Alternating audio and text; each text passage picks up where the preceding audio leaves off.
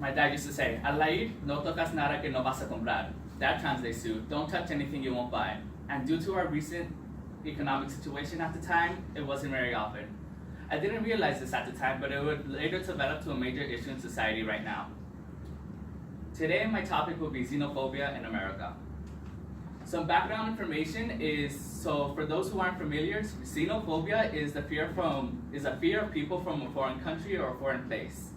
Since many of us are minorities and the majority see us as foreign, it's important to learn about this topic so we can test xenophobia to the best of our abilities. I've done extensive research on this topic in order so I can inform you all and do the speech and successfully deliver the information. Due to the rise of xenophobia in America, it's important to learn so we can better equip ourselves so we can deal with xenophobia in the future. My preview, first I will talk about the problems of xenophobia, then I will discuss the causes, and finally I will look at the effects. I just did my introduction and now I will do my main point one, the problems. So one major problem with xenophobia is the violence associated with it, more specifically hate crimes. So for those who don't know, hate crimes is a bias-oriented crime that targets a person from a specific group or race. This usually occurs when someone targets them for a sense of superiority because of membership of a race. According to the Huffington Post, they recorded a 44% rise in hate crimes targeted towards Muslims this last year, and nearly 600% rise of hate crimes towards Muslims due to the recent election. This is important to know because due to the recent election, fear has allowed to take over and control our thought process as a society, and we should identify and stop this as soon as possible. So for my subpoint B, another problem with xenophobia is explicit racism. So xenophobia and racism aren't the same thing. Xenophobia stems from fear and racism comes from a sense of superiority. But that isn't to say that xenophobia and racism don't go hand in hand. These two are interconnected, and most times racism does stem from fear of other people and want to be better than them. I just did my main point one, the problems, and now I will go to my main point two, the causes. So, like I said before, one of the most significant causes of xenophobia is fear. This stems from a primal instinct from us to shy away from anything that is foreign from us so we can survive. Anything that threatens us, we try to eliminate, and usually through violent means.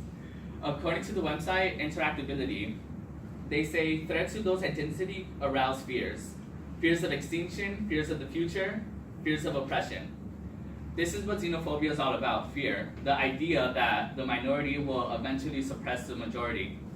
And this is not the case at all. We should learn to accept others' ideas instead of shy away from it. So for my subpoint B, another cause of xenophobia is a weak upbringing. So the upbringing I'm not talking about is not so much in the household itself, but ideals. So people who were brought up to think, oh, we're the best race, we're better than everyone else, start to build the foundation of superiority. And this can lead to racism, like I said before, another component of xenophobia. I just did my effects of xenophobia, and I just did my causes of xenophobia, and now I'll do the effects. So, one of the effects, like I mentioned before, is sprees of violence. So, like I said, there's been a high spike in sprees of violence because of xenophobia. This can cause rifts in society and force division among us because of fear, and we should not let that occur. Another major effect of xenophobia is a decrease in immigrants. So, according to the Border Patrol, they have reported that the apprehension they had these last year is the lowest it has been in the last 17 years. So this can have a major negative impact on society. The lack of immigrants coming into the country will limit the amount of renovation the country has. So if we start to limit and filter how many new ideas come into society, it can lead to major negative impacts on it. So I just did my effects, and now I will do my conclusion. I first talked about the problems of xenophobia, then I talked about the effects, the causes, and then finally my effects. Hopefully with this, I informed you on xenophobia so we can better equip to challenge and face xenophobia instead of letting it ruin society. So going back to my memorable closer, about that story my dad once told me. I realized now when I was older, he told me not to touch anything as we were buying stuff. It's because the store owner was looking at us as we were shopping because they thought we were going to steal something. Stigmas and xenophobia is all around society, and knowledge can eliminate fear. So if as a society we allow knowledge to diminish and let fear overtake us, then we let xenophobia win. So we must inform ourselves on the topic so we can better inform society and improve